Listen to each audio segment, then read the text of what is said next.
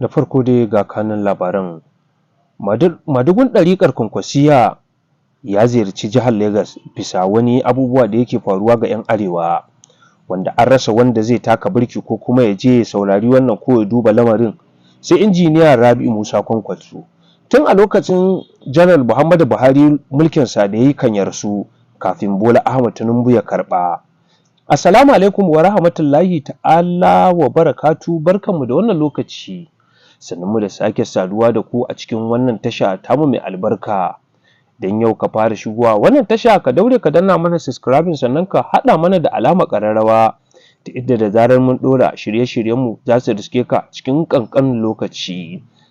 Tun bayan hawan Muhammadu Buhari mulkin ƙasar nan na arewa bata samu 'yancin kanta ba har kawo zuwa wannan lokaci.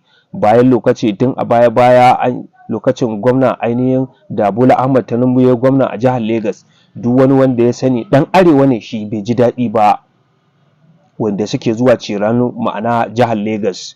A yau kuma abinda ya kai Rabi'u Musa Kwankwaso wannan jiha, ya je ne domin ainihin an rushewa a 'yan arewacin Najeriya kasuwanni, domin an rugurguje musu kafatanin wani kaso biyu daga cikin uku na kasuwar Alabarago.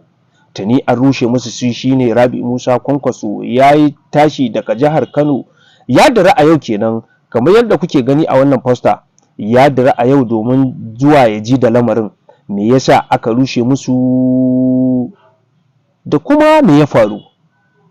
Shi dai Rabi'u Musa Kwankwaso har yanzu siyasarsa gaba take ƙara yi, domin cewar Rabi'u Musa Kwankwaso a jihar ko arewacin Najeriya rankatakaf babu wani wanda yake kishin talaka kuma talaka ke ganinsa da mutunci irin Rabi'u Musa Kwankwaso.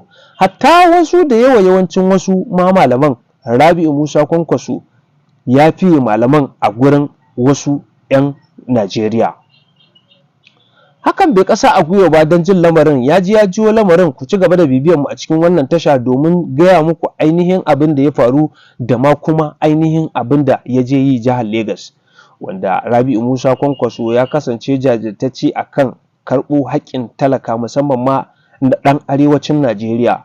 Da yawancin mutane suna cewa ai ba komai ne yake zuwa yi ba domin gyara siyasarsa, amma gyaran siyasar ne yake jawowa ake ƙara ganin mutuncin ɗan arewa. Yanzu a duk lokacin da aka ce ɗan arewa ya fusata ya dubi ainihin alƙibla domin ganin cewar duk waɗannan miyagu da kuma waɗannan baragurbin shugabanni zai kau da su, to ɗan arewa ne shine a gaba. Ku ci gaba da bibiyar wannan tasha tamu ta Tsagera TV domin sun buɗo muku almurorinku, sankamo muku labarai iri-iri daban-daban da suka shafi siyasar Najeriya da ma duniya baki ɗaya.